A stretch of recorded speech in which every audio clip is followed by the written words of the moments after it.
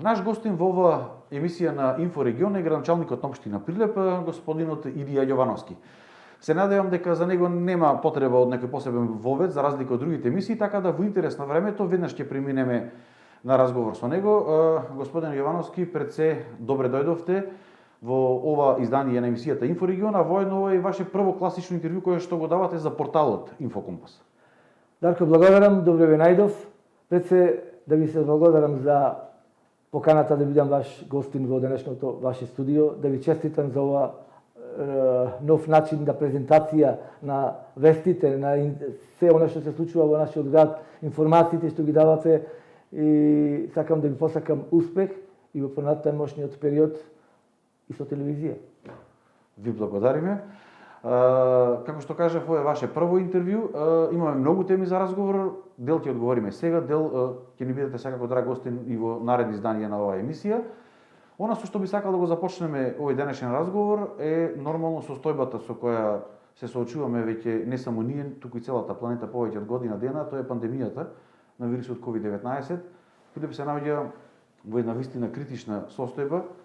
Последната информација која што имавме во текот на вчерашниот ден, почина повторно за жал 5 наши сограѓани, 55 нови случаи.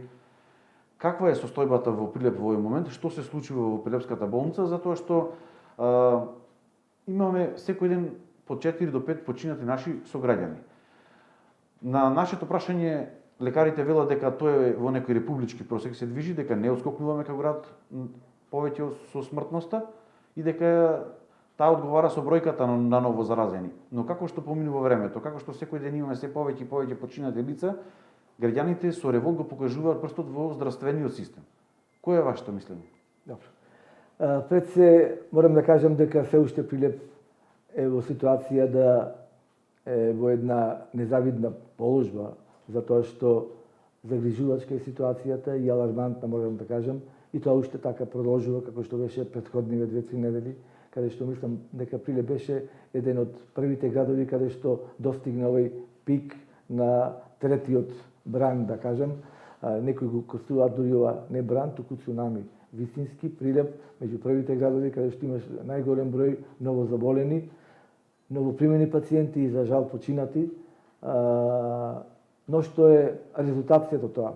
Вистински, јас ги следам секојдневно и во комуникација сум како шеф на кризен штаб во нашиот град, секојдневно со инфектолозите, со раководството на општата болница во Прилеп и со раководството и епидемиолозите во овој Централ за јавно здравје. Вистински има вистина во тоа дека према бројот на новозаразени пациенти и новопримени пациенти кореспондира со бројот на смртни случаи. Морам да кажам дека тоа зависи од поголем број на фактори, кои што може би во некоја друга прилика кога ќе зборуваме за медицинскиот аспект на ковид кризата. Многу граѓани, посебно повозрастните, имаат коморбидитет, значи дополнителни некои болести. Голем дел од граѓаните во нашата општина, воопшто не само кај нас, има дополнителни болести, срцеви заболувања, бубрежни заболувања, воспаление на градите, астматични и така натаму, и голем број на диабетичари. Тоа значи дека сме болна нација на еден начин, ајде да кажам. Со голем број болни. Докажано, ти кажам, докажано една студија што ја читав пред 10 дена, дека во главном посиромашните држави имаат повеќе коморбидитети граѓаните. Тоа значи дека начинот на исхрана, полоша храна користиме, начинот на сите останати ресурси што ги живееме, животната средина, воздух и така натаму, се што треба, меѓу кои и нашата држава тоа го има. Тие држави имаат повеќе заболени и повеќе број на починати. И во поразвиените економски држави ова се случува, каде што се во деловите каде што се понеразвиени региони во тие современи или економски јаки држави, и таму има повеќе починати пациенти од корона кризата. Значи, сака да каже дека негата и услугите кои што се добиваат тука се исти како ние на инфективна клиника во Скопје, ништо поразлично. Апсолутно, тоа можам да го потврдам, затоа што пред 2 недели беше дојден професорот од инфективната клиника од медицинскиот факултет во Скопје, професор Звонко Миленковиќ, кој што ги виде состојбите во нашиот град, разговараше со инфектолозите, со интернистите и сите оние кои што доктори, специализанти и општи доктори кои што се вклучени во сите ковид центри во нашата болница. И она што го презентира, јас разговарав после и насамо со него, ситуацијата не е поинаква и поразлична од сите други општи болници во Македонија и посебно од инфективната клиника во Скопје, затоа што протоколите што се за лекување, што ги имаат инфектолозите и интернистите, се во цела Македонија исти. Вие како општина побаравте уште пред да се донесат овие нови мерки, полицискиот час во Прилеп да започне во 19 часот наместо во 22 како што беше до тогаш. Владата еднаш ве одби или два пати.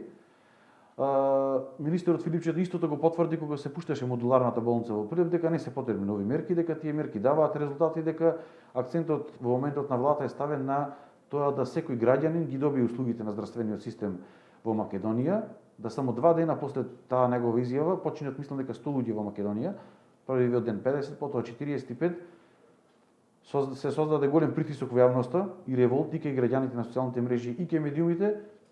Веднаш се измени одлуката, се затвори угостелските објекти, полицискиот час се пренесе да биде да почнува во 20 часот. Зошто владата не ги послуша, не бевте само вие единствена општина и други општини бара, зошто не ги послуша информациите на терен? Секогаш се нешто се калкулира, а можеби со таа калкулација ние губиме животи. Општинскиот кризен штаб заседаваше тој ден, ја пратеше ситуацијата каде што беше вистински загрижувачка и критична во нашиот град, од бројот на новозаболени, бројот на хоспитализирани и починати во тој премински период, и затоа побарав од владата и од Комисијата за заразни болести да се промени за нашиот град. Тоа може Комисијата за заразни болести да одреди во некои региони, во повеќе градови или на ниво на цела држава.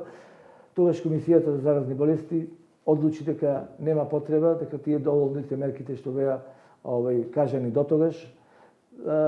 Иако ние мислиме дека треба полицискиот час да почне 19 часот, за жал не добивме позитивен одговор. И еве сега, од вчера практично почна да функционира. Сигурен сум дека ќе вроди со плод, затоа што нашата претпоставка и сигурен сум уште еднаш да кажем дека со намалувањето на дружењето на граѓаните, не давање можноста до 22 часот или до 21 да се дружат, да работат сите кафулиња, ресторани, да можат да кладилници, не знам, казина и така натаму. Со намалувањето на можноста за собирање, за дружење, ќе биде намален и бројот. Сигурен сум во тоа и затоа и го баравме ние да биде од 19 часот полицискиот час. И гледам сега дека Прилеп веќе го достигна максимумот, имаме сега едно плато и за жал Битола е сега во оној период пред 2 недели како што бевме и ние, гледате сега бројките во Битола се движат над 100 новозаболени. Сакате да кажете дека го достигнавме пикот како град? Ние го достигнавме, мислам дека Битола сега сме во една позитивна нула, да кажем, каде што очекувам овој број што има на ново прегледани пациенти, оние што се јавуваат за преглед, ново примени пациенти и ново заболени, да биде така во една блага, во една хоризонтална линија, со тек во наредните неколку дена, 7 до 10 дена да почне да паѓа. Се пушти модуларната болница како што знаеме, како потреба бидејќи функционира 5 ковид одделенија, тоа беше 6-то ковид одделение, кое се отвораше, вие ги повикавте сите лекари во Прилеп, па дури оние што се во пензија, што сакаат да помогнат приватните лекари, да дојдат на испомош во болницата, затоа што медицинскиот персонал кој што моментално таму е вработен, повеќе од година дена навистина е истрошен во борбата со овој невидлив непријател. Дали некој од тие лекари се пријави и дали имаме волонтери? За жал немаме ново пријавени волонтери од било која гранка, дали тоа се доктори, медицински сестри, болничари. Јас бар немам таква информација, ако имаше ќе има, пошто јас бев во општата болница во Прилеп, разговарав со директорката и со другиот медицински персонал, инфектолозите кои што се во ковид одделенијата. не добив информација дека има некои волонтери пријавено. Јас ако се сеќавате минатата година во ноември и во декември 40 дена јас волонтирав во инфективното одделение во Прилеп, да покажам и да ги охрабрам сите оние кои што имаат можност да дојдат да помогнат, дали тоа ќе бидат доктори, дали ќе бидат медицински сестри, болничари или било кој граѓани од нашата општина. Не се охрабри никој за жалосно е што е така, очекував позитивни исход. Јас ако се сеќавам да ги повикав матичните доктори заедно со екипите од своите тимови од матичните амбуланти. Се одзваја тогаш 20-тина можеби, што ми даде надеж дека и тоа е добро. Јас знам дека и од матични доктори не можат сите да волонтираат, затоа што и тие се голем дел има повозрастни доктори кои што се пред пензија или се ризични со години или имаат некој коморбидитет и така натаму. Се пријави околу 20-тина тимови од различни амбуланти. Минатата година кога беше небрано октомври-ноември, се вработи одреден кадар привремено во болницата кој што се обезбедија средства преку бизнис секторот и така натаму. Но кога заврши тој пик, повторно се испуштија. Зошто? Не ли е потребен кадар на болницата? Вие одлично ги познавате тие состојби таму, работевте скоро целиот ваш работен век и како лекар и бевте и директор, како што кажавте, се ставивте на еден начин и во ризик, волонтирајќи во инфективното одделение. Каков кадар се е потребен на Прилепската болница? Не само за време на ова пандемија, но и кога ќе заврши. Да ви кажам, пошто може јавноста не знае, ама еве прилика за да го кажам, јас обезбедив средства околу 200.000 денари за негователи, 8 негователи во инфективното одделение, кои што тие месеци и половина работеа со тие средства кои што ги обезбедив од компании од нашиот град, кои што имаа добра волја да дадат тие средства, и уште 450.000 денари плюс за набавивме нов ЕКГ апарат и 5 монитори кои што исклучиво ги ставивме во функција на инфективното одделение. Тоа го направив за да, кога видов дека немаат можност, не беа во функција, немаа доволен број на монитори, затоа тоа го направив во инфективното одделение. Сега мислам дека тие се во функција. Понатаму вие знаете за господинот Дејан од Швајцарија што ги даде донацијата, што ја прави 20 неинвазивни вентилатори, кои што еден дел се ставени во функција и користат пациентите. Но сепак проблем е кадарот во болницата. Не само кај нас, тоа е општо на ниво на држава.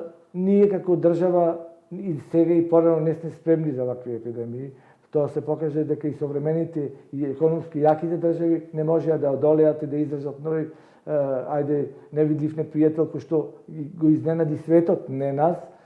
Така да према она што го имаме сега и што го имавме досега, мислам дека не само Македонија, и цел регион добро се справивме со ковид кризата, затоа што нашиот медицински персонал покажа и докажа дека е волен да работи, својот ентузијазам и својата Хипократова заклетва што ја има, ја покажа на дело.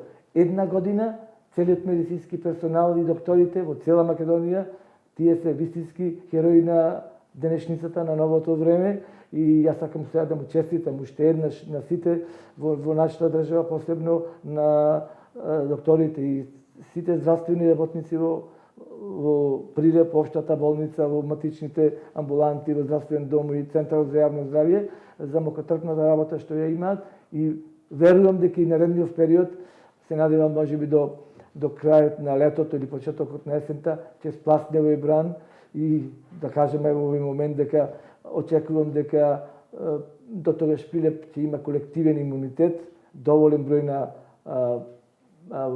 заболени и оздравени пациенти, а убеден сум дека ќе имаме и доволен број на вакцинирани, затоа што мислам дека до крајот на август ќе бидат вакцинирани сите структури и сите групи на граѓани во нашата држава и ќе имаме порелаксирана атмосфера. Ако ме прашавте за кој тип на здравствени работници ни требаат, секако дека најмногу се потребни специјалистите. Скоро во секој одделение, да не ги спомнувам сите одделенија, потребно барем по неколку специјалисти кои што се час поскоро треба да појдат. Мислам дека сега 12 доктори беа примени кои што ќе добијат и специализација, имаме голем број сега на специализација, веќе поедини колеги, да кажем само во Убавност и Град имаме само еден специјалист и тоа во одминати години, што не дозволиво за еден град како или општина, каде што згрижуваме и повеќе општини од регионов, ама тоа се ова е ние како полука на сите нас здравствени работници и оние кои што се занимаваат со здравството и креирањето на политиките на здравството, дека виднина мора да се направи некоја добра распределба, да се дадат повеќе специализации, затоа што граѓаните се тие кои што губат. Здравствените работници се во мал број сега, посебно можам да кажем во општата болница во Прилеп, и оние што се со целиот свој капацитет се вклучени во сите ковид одделенија. Токму така, како што спомнавте, тие се хероите на новото време, да се надеваме дека државата ќе извлечи поука од сето ова и дека понатаму многу повеќе ќе се вложува во нашиот здравствен систем отколку што се вложува сега.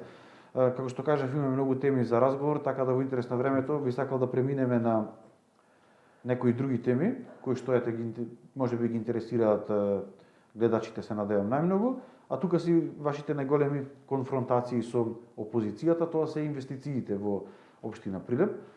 Пред неколку дена кога се пушти модуларната болница, во истиот ден беше поставен и камен темелникот на најновата инвестиција на општина Прилеп, а тоа е детската градинка во населбата Точила, која што најавивте дека е прва после 40 години што се гради во овој град и се гради според најсовремените европски стандарди за енергетска ефикасност.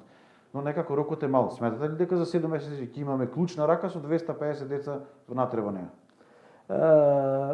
Сметам и сигурен сум дека тоа ќе биде, затоа што договорот што го подпишавме со фирмата изведувач е 7 месеци и од тука нема бегање. Кога ја правевме документацијата и припремата за јавната набавка на целокупната документација што ја спремавме за јавна набавка на детската градинка, ја се консултирав со стручњаци кои што не од нашиот град, и од Републиката, и од архитектонскиот градежниот факултет, од поголеми фирми во градов. Јас прашав една солидна фирма, добра фирма, која што ги исполнува сите квалитети на добра фирма, за колку време може да изгради една ваква градинка, како што ме кажав, со сите тие димензии на површина од толку илјади квадрати, со таа висина и тие димензии, каже од 6 до 8 месеци. Затоа се одлучив да биде 7 месеци, а тоа е некоја средна вредност. И во јавната набавка пишано беше дека рокот на изведба е 7 месеци. И дотолку повеќе што почнуваме сега од април до октомври нема снегови, нема мразови, некогаш да има поројни дождови, да кажем, тоа се еден ден, два, три, не знам колку, апсолутно нема место за одложување. Сите можат, изведувачот може да го планира времето, сите фази на изградба и апсолутно немам дилеми дека тоа се само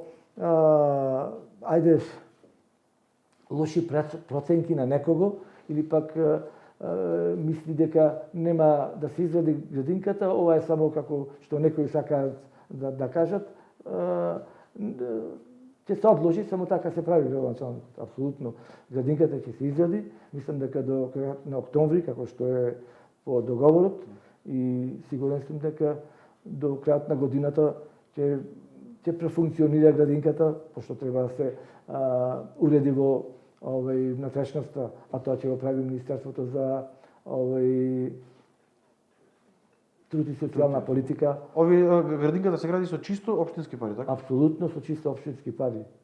И мислам дека е една од првите градинки можеби во држава каде што општината вложува од сопствениот буџет. Без никаква помош од државата. Без никаква помош од државата. Веднаш до градинката, која што кажавме ќе биде според најсовремените европски стандарди, со зелен покрив, со сончева централа која што ќе произведува струја за потребите на градинката, беше планирано да се изгради и спортско-рекреативен центар со покриен базен. Докаде е тој проект, кој што беше и ваше ветување? беше ветувано и ветувањето остварено. Значи, при крај се завршените работи на основниот проект на затворениот базен. Во сушност тоа се два базени, одма да кажем дека едниот со димензии полуолимписки 25 на 12,5 метра, а другиот е детскиот, да кажем, базен 16 и 60 на 10 метри и тие се заедно во иста просторија под еден покрив, ама ќе бидат два базени, не еден базен и сигурно ќе биде почетокот на изградбата во текот на летото. Јас се надевам дека јуни или јули ќе биде изградбата, ќе почне, како што почна сега изградбата на детската градинка, јуни или јули, по нашите планови, сигурен сум дека ќе почне изградбата на овие затворени базени. И тие ќе се градат со општински пари или дел се и тие ќе се градат со општински пари и да кажам само дека Прилеп е еден од поголемите градови во нашата држава, каде што нема затворен базен и тоа е моја нелична желба. Тоа е потреба на граѓаните. Има разговарано, сигурно и вие знаете дека со голем број на граѓани им недостига затворен базен на нашиот град. А посебно, што сакам да го истакнам, дека тој помалиот затворен базен ќе биде исклучиво за децата од основните училишта. Сите деца од основните училишта ќе можат да го користат како дел од часовите по физичко воспитување да научат да пливаат. Вие знаете дека барем 1/3 од децата од основните училишта во нашиот град не биле надвор од градот да пливаат, да научат да пливаат дали во некој од нашите езера или надвор од нашата држава да одат на море. Тоа е едната работа што сакам да го направам за сите деца од нашиот град од основните училишта и втората моја заложба што беше и во предизборната кампања и сега тоа го кажувам и го ветувам дека во иднина јас ќе бидам тој каде што децата што имаат сколиоза, а во основните училишта децата од 20 до 25% сите имаат сколиоза, а најдобар начин за лекувањето на сколиозата е со пливање. Но зошто досега се чакаше базентите не се направи во изминат период? Значи не се прави базен туку така. Одма да ви кажам дека требаше и за базените и за градинката. Требаше да се менува деталниот урбанистички план. Иако порано да кажам, не сакам да коментирам, ама морам да го кажам, минатата локална власт ветуваше во 2-3 мандати и детска градинка и затворен базен. Ама немаше маркица никаде. Тоа значи дека ако имаше маркица, до сега ќе бе направени. Ама 2 години изгубивме за промена на деталните урбанистички планови. Таму беше еден детален урбанистички план, заедно во населба Точила, ама ни требаше повеќе од година и пол за да се направи тој детален урбанистички план. Од кога се направи деталниот урбанистички план, за да се направи детска градинка и затворен базен, треба идеен проект, основен проект, и затоа помина времето. Значи од самиот почеток. И одма да ви кажам дека мојата заложба беше и во мојата предизборна кампања затворениот базен и како спортско-рекреативен центар да биде Сала Македонија. Така беше во почетокот. Ама кога видов дека Сала Македонија нема собственост, не е на општина Прилеп, не може да се направи без да се направи пак промена на деталниот урбанистички план, а таму има голема површина, требаше повеќе од 2 години само за промена на деталниот урбанистички план и уште не знаевме дека Сала Македонија ќе припадне на општина Прилеп. А немавте увид тогаш во работите како стојат состојбите со Сала Македонија? Дека има долгови, дека се не реши голем проблем? Ги немавме сите показатели тогаш. И за тоа беше и причината. И кога видов дека ќе не треба многу долго време и можеби ќе немавме и досега направен детален урбанистички план, пошто таму голема површина беше, и се одлучив да биде на друго место. Го најдовме местото, мислам дека е одлична локација, така да што е сега и затворениот базен и градинката меѓу двете училишта, едното основно, едното средно училиште. Населба Точила е најголема населба, најмодерна населба, најсовремена и мислам дека токму одговара апсолутно и ова е оптималното време на почеток на изградбата и на детската градинка и на затворениот базен. 40 години се нема направено градинка. Никој нема правено градинка. Ова е најсовремен начин со зелен кров, прв таков објект во нашата општина. Да, и на пошироко. значи, може би граѓаните очекуваат дека базентот ќе биде завршен до крајот на вашиот мандат. Добро, значи немаше можност, затоа што времето беше кратко, ви кажав, промена на делта, од самиот почеток јас почнав да работам на таа проблематика. И не можам да ви кажам колку услуги се правеа на сите нивоа, и во локалната самоуправа, во секторот за урбанизам, и во Министерството за транспорт и врски, каде што требаше да се измени деталниот урбанистички план, да се направат сите тие процедури, идејниот проект, основниот проект и за едниот и за другиот објект. Мислам дека е таа голема процедура и тоа е причината. А инаку базенот сигурно ќе биде почнат во ова лето, како што ви кажав, и во наредната година ќе биде изграден сигурно. Кога сме кај една друга капитална инвестиција во општина Прилеп, а тоа е мостот кој што го изградивте во населбата Сточен пазар, и тој мост за прв пат се изгради таков како што е после 40 години. Тоа беше навистина едно тесно грло, каде што на постоечкиот мост не можеа да се разминат ниту две возила, па се чекаа. Тоа така беше со децении, а тоа знаме е индустријскиот дел на градот, каде што поминуваат и тешки товарни возила. Кога мостот се изгради, опозицијата веднаш ве обвини дека чини многу пари, повеќе од 500 милиони, пола милион евра, и дека зошто се гради мост со 4 ленти, кога улицата Трајко Николовски е со 2 ленти. Значи, рековме дека 48 години има таков мост изградено од бивша Југославија, кога Југословенската народна армија го правил тој мост. Тој мост беше пред распаѓање и опозицијата реагираше, може да ви кажем, неправилно, затоа што сакаше да го минимизира правењето на мостот. Зошто не го направила изминатите 12 години, јас не можам ни да замислам, зошто не му паднало на памет. А сега сака да го минимизира, и во почетокот го викаја мовче, ако се сеќавате. Да. Мовчето сега пак широк бил мостот. Мислам, крајно некоректно и неразумно да се зборува. Инаку да ви кажам дека површината е 849 квадрати. Дадени се 570.000 евра, тоа е околу 35 милиони денари.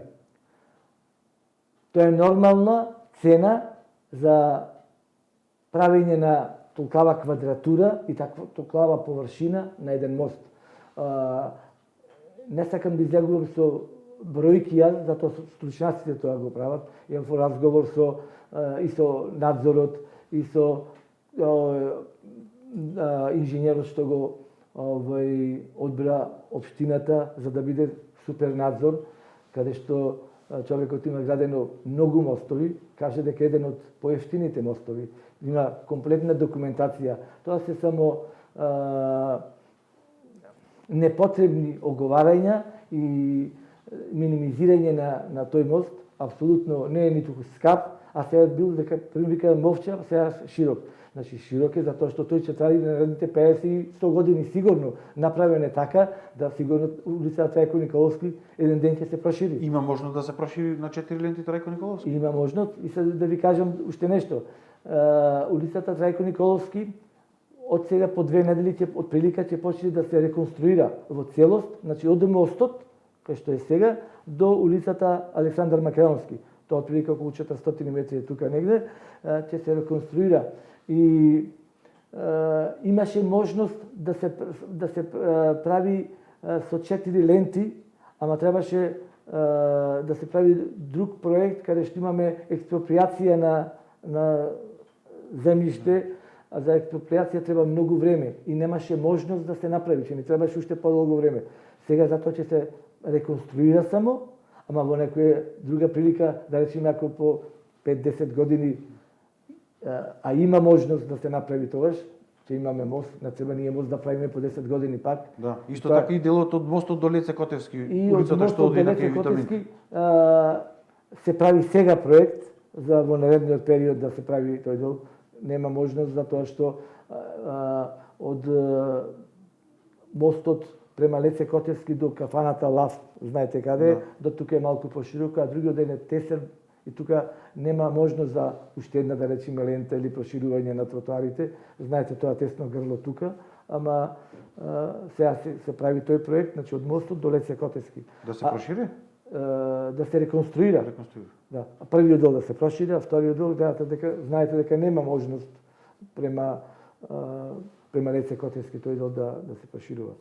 А улицата Трајко Николовски, ја да спомнам дека со уште други 3 улици заврши јавната набавка и во текот на месец април сега ќе почне реконструкција на 4 улици. Значи една е Трајко Николовски, како што кажав, од мостот Точен пазар до улицата Александар Македонски. Втората улица е кај 1 мај. Тоа е од Димона Редникот, улицата кај мостот, кај новата зграда што ја прави Прилепец или Маке, да кажам, од мостот Табана, не, се извинувам, од мостот на Кај 4 јули? Кај 4 јули, скоро до надвозникот од железничката линија, таа улица отприлика околу 600 метри, ќе се реконструира комплетно со еден мал крак и со кејските зидови отприлика кејски зид околу 170 метра на коритото на градската река. Тоа е втората улица. Третата улица е Целе Мавровски. Тоа е во 3/1. Тоа е паралелна на каналот под Марковите кули што оди, значи во прилика 300 и нешто метри е таа. И четвртата улица е Цане Илиевски во Џокделе. Таа е помала една улица каде што е комплетна реконструкција ќе се направи и најзе. Завршена е јавната набавка. Беа издвоени 41 милион денари за тие 4 улици. Завршена е јавната набавка, како што кажав. Избрани се изведувачите и во тек на овој месец ќе почне изградбата на сите овие 4 улици. Кога станува збор за улиците, тука и булеварот, исто така еден поголем проект, капитален на општина Прилеп, се реконструираше од споменикот Карпалак, односно од 13 катницата, па се до старата стоковна куќа, Тинекс, до Домот за култура Марко Цепеков. И тогаш имаше обвинување дека булеварот е стеснет и зошто не е проширен. Дали булеварот е стеснет, ве прашувам, и дали имаше можност да се прошири, и дали имаше потреба? Значи, булеварот не е стеснет, одма да кажем, и сите знаат дека не е стеснет, само луѓето кои што сакаат да критикуваат, кажуваат нешто што не е апсолутно, значи не е стеснет. Јас се гордеам со сите овие проекти, што ги спомнавте, и со театарот ќе дојдеме то, и со тоа сакам да ве прашам докаде. Да, јас ќе кажам, борете и со градинката, и со затворениот базен, и со мостот на реката кај Точен пазар, и со градскиот стадион, и со булеварот, и мислам дека вакви крупни капитални проекти не може да се пофалат многу градови во нашиот град што се направили за еден мандат. Јас се гордеам со сите овие проекти, кој како сака нека зборува, ама многу е лесно да се зборува, ама не знаете колку е тешко и напорно и макотрпно да се направат тие. Затоа што за тоа треба желба првин, треба време, треба ентузијазам и треба да има срце, а не само да се зборува напамет и да се критикува. Не, јас зборувам со факти и со било кој можам да полемизирам околу се тоа. И за булеварот, како може да биде стеснат булеварот, тама работа. Дали имаше можност да се прошири?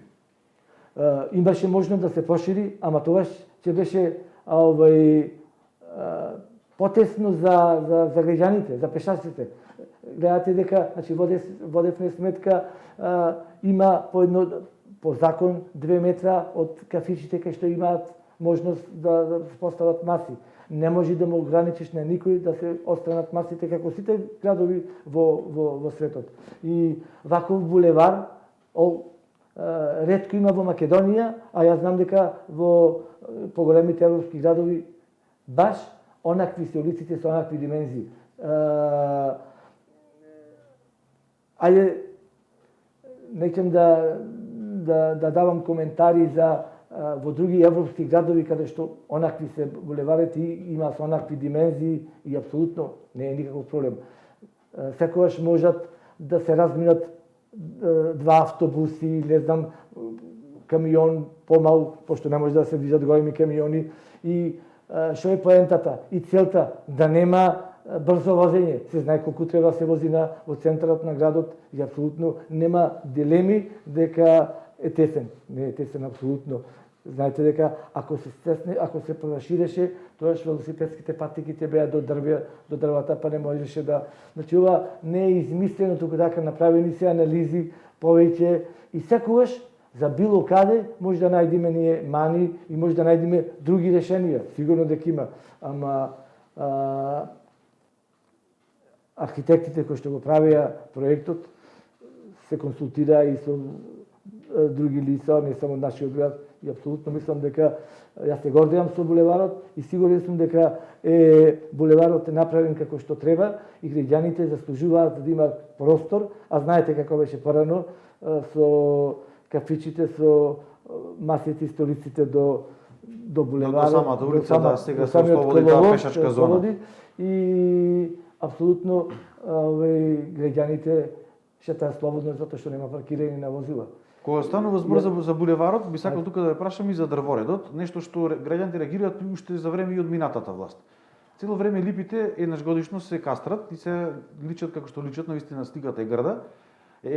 Стручните лица од јавното комунално предпријатие Комуналец велат дека тоа се прави за да се одложи умирањето на растенијата, односно животниот век на липите е при крај, со тоа го зголемуваме. Дали немаше простор сега во момент кога го реконструираме булеварот да бидеме ние таа генерација која што ќе ги засади тие нови дрвја за наредните 70 години? Еве да за ваша информација, ако ја немате, значи направив јавна анкета пред да се почне булеварот, уште кога се правеше проектот, да се исечат сите стари дрва, да се постават нови, ајде посовремени, затоа што липите знаеме дека имаат алергиски основи таму во пролет, токму сега има алергични граѓани кои што имаат негативно влијание липите, ајде рековме да се исечат сите липи, да се насадат нови дрвца кои што во наредните години ќе дадат поубава слика за булеварот. И добивме негативно мислење. Никој од граѓаните не сакаше да се сечат липите. И не сакав на своја рака да го правам тоа, кога имавме јавното мислење од граѓаните дека не треба да се сечат липите. А јас сум сигурен и сега дека ако ги сековме липите, ги сечевме и ставивме нови било кој дали јавор или повторно липи или не знам што костен или 2-3 години, 5 можеби ќе бидеше малку погрдо за како булевар, ама после ќе имавме современ и доста добар булевар.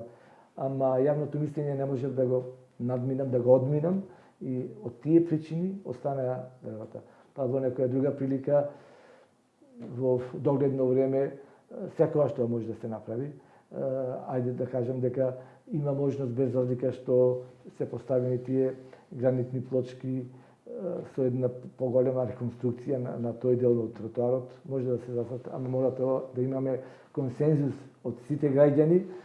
Да, тоа треба да биде и политички консензус повеќе, да нема напаѓање помеѓу себе, затоа што да се направи едно дело кое што ќе остане сите генерации.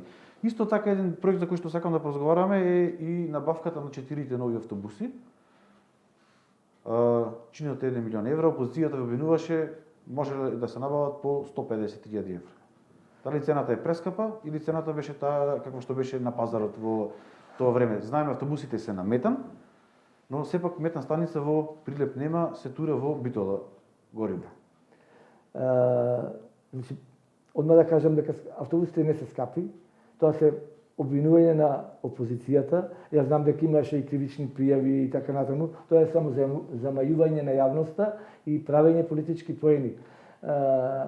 Тие автобуси на метан беа први во државата и апсолутно се гордеме со нив затоа што граѓаните, ако се сеќавате само пред 3 години во какви автобуси се возеа, во едни распаднати автобуси на нафта, кои што трошеа многу нафта. Во некоја друга прилика ќе направи математика да видите која е ползата од тие нови автобуси. Први граѓаните се возат нови автобуси, второ не се скапи затоа што секаде толку се платени автобусите. Истите тие автобуси и во Битола во РЕК мислам купија такви автобуси само со седишта, далеку поскапи. Автобусите што ги набавија 30 беа мислам во Скопје, се поскапи од нашите. Ова се само мислат дека користат политички поени или ќе ги омаловажат или ќе ги минимизираат автобусите. Автобусите се добри, да ви кажам дека автобусите се изградија 4 автобуси во 2018 година, а се плати еден. И секоја година 19-та, 20-та и 21-та 20-та, 21-та и 22-та ќе се плаќаат сите автобуси. Значи секоја година по еден автобус ќе се плаќа во рок од 4 години, а ќе се користат 4 автобуси од почеток. Целта нормално беше да се заштити животната средина. Прво животната средина, да ви кажам за станицата за метан. Значи имав неуверување од Макметрол од Скопје како најголема фирма што користи метан, дека таа станица за метан ќе биде направена малку порано отколку што очекувавме ние и затоа ги набувавме автобусите, ако знаевме дека ако немавме уверување дека ќе биде направена станица за метан, немаше да ги порачуваме тие автобуси. Ама бевме приморани да користиме метан од станицата во Битова. И се уште се користи? Се користи се уште. Пред 10 дена разговарав со директорот и ми увери дека за рокот од 2 недели најмногу дека станицата метан ќе проработи во нашиот град. Знам дека вашата првична идеја беше да се заштити животната средина, но дали се направи некаква пример студија дека ако се вложат 1 милион евра во автобуси, што ќе се добие во на таа заштитна животна средина? Ако тие милион евра би се вложиле, не знам, во некоја друга работа, што повеќе би можело да ја заштити животна средина, Сончева централа? Вака сега. Први направивме две во едно. Граѓаните се возат во нови автобуси. Ума да ви кажам, за штедата на гориво направете математиката колку тие 50 литри на 100 километри трошија нафта, метанот е скоро половина поевтино од нафтата. Колку ќе што ќе трошат нафта и колку пари ќе се заштедат, направете математика во друга прилика, ќе направена е таа математика од наша страна. Знаеме дека е многу поевтино и еколошки поисправно за нашиот град и што е многу важно што граѓаните се возат во нови автобуси каде што секогаш и во лето и во зимо пријатно граѓаните да се чувствуваат. И уште нешто да кажам, ниту се скапи, а за 150.000 евра тие што викаат нека донесат ќе купи уште неколку автобуси општината. Тоа се само празни зборови и автобуси тие се слушнав дека пред еден месец вика дека 4 автобуси, усвари 5 автобуси за помалку пари купиле во Тетово. Во Тетово, но тие се дизел. Ама тие се дизел, а тоа никој не го кажува дека се дизел. За 150.000 евра и да ви кажем уште нешто, општината не ги купи тие автобуси затоа што парите му ги префрли на јавното претпријатие за просторно урбанистичко планирање, затоа што данокот на додадена вредност си ги врати 18% од милион евра си ги врати уште првата година јавното комунално претпријатие. А тоа вие не знаете. Ако купеше општината, тие 18%, така 180.000 евра, ето е скоро еден автобус, така речи, си ги врати јавното претпријатие. Значи не коштат милион евра. 180.000 евра помалку си ги врати јавното претпријатие тие пари, користи 4 автобуси, а плати првата година еден. Втората уште еден, направете и таа математика. Последната сака да кажете доаѓа како гратис автобус. Баш така. Ама ова никогаш не го кажавте ни вие, ниту по опозицијата, никој пак. Ова информација ја немавме граначалник и прв пат еве се пласира, мислам дека и во оваа емисија дека како стојат состојбите со овие автобуси. Значи ова го кажав уште тогаш кога купувавме автобусите, само нема врска. Сакам да ви кажам може би јас не сум ја слушнал искрено, прв пат ја слушам, да бидам искрен. Добро. Кога станува збор за стадионот, исто така се реконструираше стадионот, кога ќе може да видиме победа конечно на новиот стадион и што станува со тоа? Значи градскиот стадион е да кажам направен, се прават уште последните завршни фази и тоа го правиме под трибинскиот простор каде што се деловните простории, Мислам дека до крајов на месец април ќе биде завршено. Тие деловни простори ги прави општината, така? Општината, да. Значи и реконструкцијата на целиот стадион, и трибините, и потрибинскиот простор, и овој деловен простор сите го прави општината и тоа кошта над €1.000.000, а тревникот и рефлекторите ги прави ФФМ, Фудбалската федерација на Македонија, и мислам дека треба да ги стави во функција рефлекторите во наредните 2-3 недели и до крајов на месецот сум сигурен дека ќе завршат и нашите градежни активности околу последните работи што се во деловниот потрибински простор и очекуваме ајде на крајов од месецов или почетокот на мај месец, а се надевам до тоа ќе имаме можност и публика на градскиот стадион да има, ако за да го ставиме, дозволат пандемијата и тие ако дозволат условите, и да се надевам дека тогаш ќе гледаме фудбалски надпревар со победа на новиот градски стадион. Што се случува со Победа како клуб? Со Победа, знаете дека тој беше акционерско друштво од 5 акционери со по 20%. Мојата заложба беше за општина Прилеп и Советот на општина Прилеп донесе одлука, ако се сеќавате, да Победа премини во општина Прилеп. После добивме информации дека не е добро, некој викаше дека не е законски, имаше поделени мислења и не сакав да трпиме критики по тој основ дека сега и Победа не е потребна на општината, туку Победа да биде клуб на град Прилеп.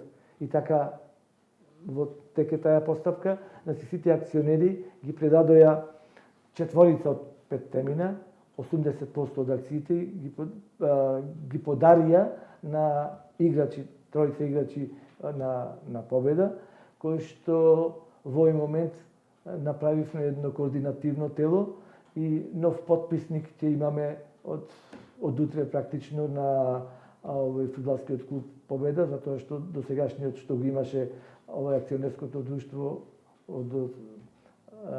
е променет. Се надаваме дека оваа година Победа ќе опстои во втора фудбалска лига за наредната фудбалска сезона да се вклучи не само општината, туку и другите чинители, компании од нашиот град, затоа што ќе се игра на градскиот стадион, ќе може да се направат реклами и од тие средства да живее Победа. Тоа е суштината, значи основниот проблем што има недоволно средства, никој не издвојува средства во овој момент за фудбалскиот клуб Победа. Гранчанок, сами претходно во разговорот го спомнавте новиот театар кој што треба да се гради во Прилеп. На терен не гледаме негова реализација. Што се случува кога Прилеп ќе добие еден таков објект како што навистина заслужува? Точно така, јас го ветив новиот театар и со задоволство го кажав во мојата предизборна кампања, затоа што на Прилеп му треба и Прилеп заслужува да има нов театар, затоа што имаме група на артисти и глумци кои што заслужуваат нов театар, а и прилепската публика заслужува нов театар затоа што таа знае да почитува и знае да наградува добри театарски представи. Од тие причини, од самото моје доаѓање, ги консултирав и артистите и архитектите во градот на кој место да биде реконструкцијата или новиот театар. Дали тоа да биде во стариот театар во Елен Чернодрински, дали тоа да биде сегашниот Дом на културата Марко Цепенков или на некоја трета локација надвор од градот. Превладуваше мислењето, каде што јас се сложував со тоа мислење, дека на местото во Домот на културата се направи реконструкција и доградба на Домот на културата со нов театар. Уште во 2018 година општина Прилеп направи јавен повик за идејно решение. Идејното решение го направи и одма да кажем дека тоа не е работа на општина Прилеп. Точно така. Тоа сакав да бидем искрени, значи изградба на еден театар една општина тешко дека ќе може да го спроведи со буџетот кој што го има. Јас сум бил сведок барем во 2 наврати на настани каде што лично се обративте до премиерот Заев и рековте дека сите проекти ќе ги реализира општината, но помош ќе побарам од државата. Точно така. Дали државата има волја Прилеп да добие нов театар? Односно да ги префрли тие неколку милиони евра колку што би коштала изградбата за новој објект? Значи, одма да расчистиме, сите знаеме дека театар не се прави наеднаш, не се прави за една година, не се прави за... Добро, но измина 4. Измина 4. Еве, одма да ви кажам дека 2 години изгубивме за промена на деталниот урбанистички план. Без да се направи промена на деталниот урбанистички план, знаете вие, никакво решение не може да има. Општина Прилеп, што беше моја надлежност, не, али моја желба, и го направи идејниот проект. Основниот проект минатата година имаше средства во Министерството за култура за правење, одделени средства беа за правење на основниот проект. И покрај мојата заложба и притисок и до едниот министер за култура и другиот министер за култура не се реализира основниот проект. Јас минатата година побарав со ребалансот на буџетот да се одвојат средства, ако е можно да се префрлат парите со ребалансот на буџетот на државно ниво, да се одделат средства на општина Прилеп, за општина Прилеп да го направи основниот проект. Се покажа дека не е можно на тие средства на општината да се префрлат, туку тие треба да се префрлат на сметката на Домот на културата Марко Цепенков. Пред 10 дена направен е договор меѓу Домот на културата Марко Цепенков и Министерството за култура, каде што треба средствата од 6 милиони денари да се префрлат во Домот на културата, за Домот на културата да го направи основниот проект. Јас се надевам дека во тек на наредниве неколку месеци тоа ќе се направи, тоа ќе се случи за евентуално во новиот буџет од оваа година, што ќе биде за наредната 2022 година, за да се почне изградбата на театарот. Тоа се моите можности. И покрај мојата желба и притискање првим по сите основи за реализација на промената на деталниот урбанистички план, реализацијата, ви кажав, на идејниот проект и сега да се направи основниот проект за евентуално да кажем на јесен во година, до година да почне изградбата на тој театар. Да се надеваме дека ете конечно државата ќе оддели средства за она што Прилеп навистина го заслужува. Тука го имаме и театарскиот фестивал, еден од најголемите театарски брендови и еден ансамбл кој што навистина, без мала скромност, навистина вреди и го заслужува овој објект. Еве уште еден проект кој што го ветивте, тоа беше реконструкција на старата Прилепска чаршија. Што се случува со тоа? За реконструкцијата на старата Прилепска чаршија, проектот е во завршна фаза, значи пошто тој е проект од прва категорија, одобрувањето за дозвола за градба го дава Министерството за транспорт и врски, значи проектот е во Министерството, јас се надевам дека до крајот на овој месец ќе добиеме одобрението за градба и тој е третиот проект од развојната програма на општина Прилеп кој што е ветен за да го направиме во текот, и тој е двогодишен овој проект, ова и наредната година. Одма да кажам дека има... Ќе почне да се реализира ова година? Значи, планот е и беше да се реализира комплет старата чаршија. Сега има еден нов момент што сакаме јавно да го истакнам сега, токму прв пат. Имав контакт со во два наврати со дуќанџиите, со угостителите во старата градска чаршија, кои што се директно засегнати со реализација на овој проект. И нивната заложба е со собирање на потписи, преку 100-150 потписи, и бараат да се одложи за наредната година правењето на старата градска чаршија, со оглед на тоа дека со ковид кризата намален му е прометот, нема работа, нема доволно средства, па уште повеќе би завлегле во дубиози, да кажам, финансиски. И од тие причини ќе разгледаме таа можност. Моето мислење и сега и нив му го кажав, дека во овој временски период кога е тек на пандемијата, секако нема работа, секако нема инвестиции, секако нема промет, може би е најдобро сега да се направи, а в година, се надеваме дека в година ќе нема пандемија, ќе имаме подобри услови за работа, граѓаните ќе можат почесто да ги трошат своите средства во старата градска чаршија, можеби тоа ќе биде полошо ако тоа се гради. Нивното мислење е ова.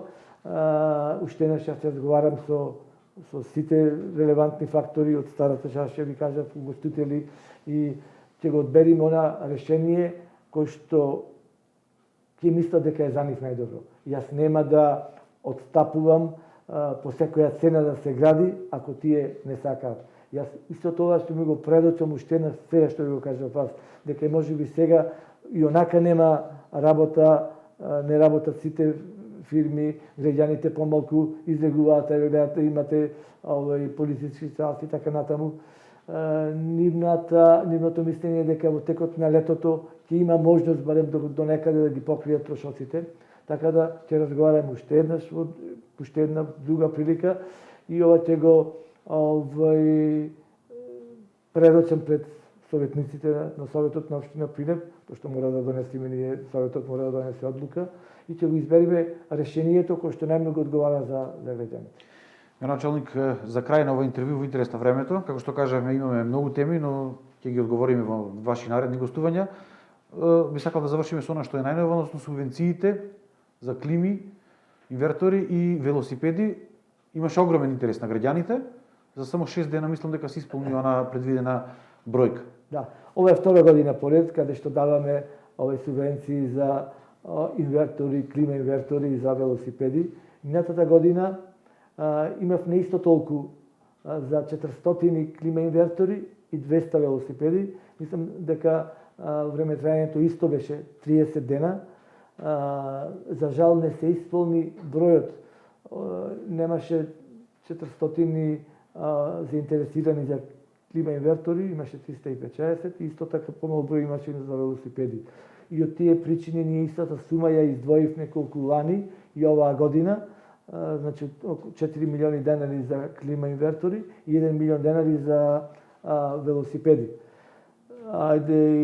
Неочекувано голем интерес од граѓаните, така во јавниот оглас беше прв пријавен, прв услужен, така за налагаја условите. По пошта, значи, аплицираше. По пошта се аплицираше, и кога видовме дека повеќе од 450 во првите 6 дена и околу 250 можеби од прилика стигнаа пријави во првите 6 дена, и затоа вчера донесовме одлука да се прекини, затоа што исцрпени се средствата од буџетот и немаме можност. Дали со некој ребаланс на буџетот би можел огромен интерес кај прилепчани да се донесе уште една ваква мерка за нови субвенции? Значи можно е да се донесе со ребалансот евентуално за наесен, ама за другата година сигурно ќе има, гледајќи го сите ова, во интерес за екологијата, за дишење на чист воздух, сигурно дека 400 лани, 400 годинава клима инвертори, тоа значи 800 оджаци помалку во нашиот град, ако тие граѓани користат клима уреди. И убаво е што стварно сум пријатно изненаден и го поздравувам овој чекор што повеќе граѓани сакаат да купат и да возат велосипеди во нашиот град.